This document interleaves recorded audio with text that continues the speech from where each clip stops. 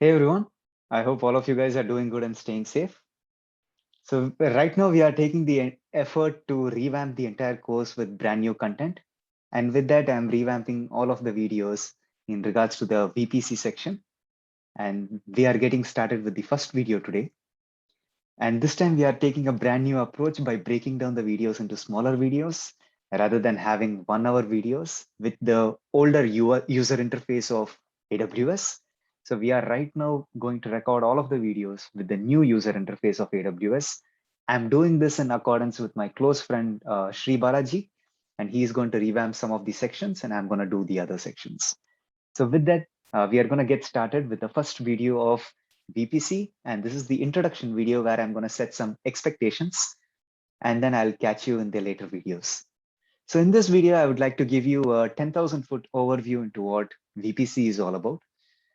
AWS VPC gives you full control over creating your entire networking environment, probably a highly available network, including how you place your resources into different availability zones for high availability. How do you ensure that you have connectivity between multiple networks as well as your network that you are creating on the AWS side to your on-premise network? And we are also going to learn about security controls within your network. So VPC in a few sentences could be described as isolated cloud resources. And this is the crux. So when we looked at the AWS global infrastructure, we took a look at three major components over which four components were created. The three major components were regions, availability zones, and edge locations. And the four components were compute, database, storage, and networking. And VPC falls under the networking aspects. So within your network is where you have a lot of resources. And what are those resources? We will get to know in the future lectures. So VPC allows you to create a highly available network architecture. It's like an isolated section of your cloud, private in nature. And this is where you work with a public cloud platform, but you create a private network for yourself where you can place a lot of resources like databases, virtual machines, and so on. It has an IP range and it supports both IPv4 and IPv6. Wait for the next lecture where we will take a look at networking 101, where I give you the basics of networking. And within your virtual private cloud, you can also dictate the tenancy of the resources that you're going to launch, whether you would like to utilize the shared hardware, which is where multiple resources that you launch within your network could probably be utilizing the same hardware in the respective AWS data center. And this big network that you're creating can also be divided into smaller networks called as subnetting, right? And then the scope of this entire section, we are going to separate it into learning a lot of concepts on the VPC side of things in regards to how do you create subnets and how these subnets are mapped to availability zones and what are public subnets, what are private subnets.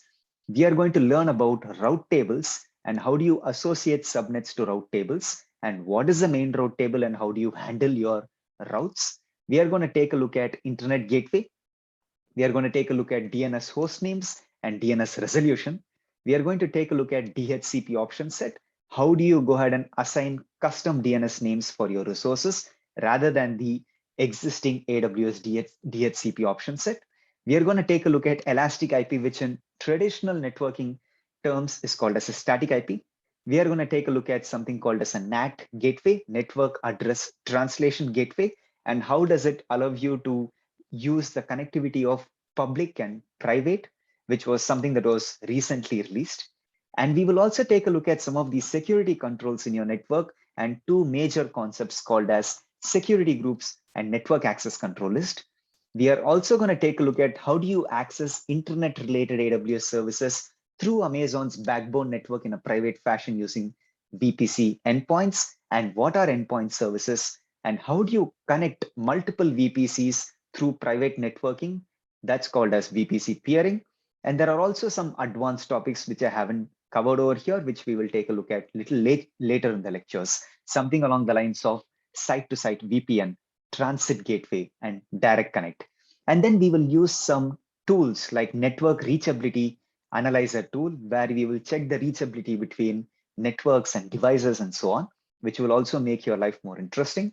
We will also take a look at something called as VPC flow logs in terms of monitoring your entire network traffic.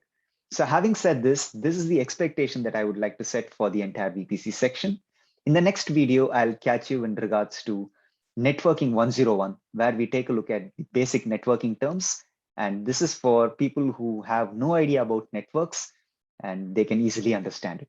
So I'll catch you in the next lecture. Have a great day and have a good time going through the entire course. Take care, guys. Bye-bye.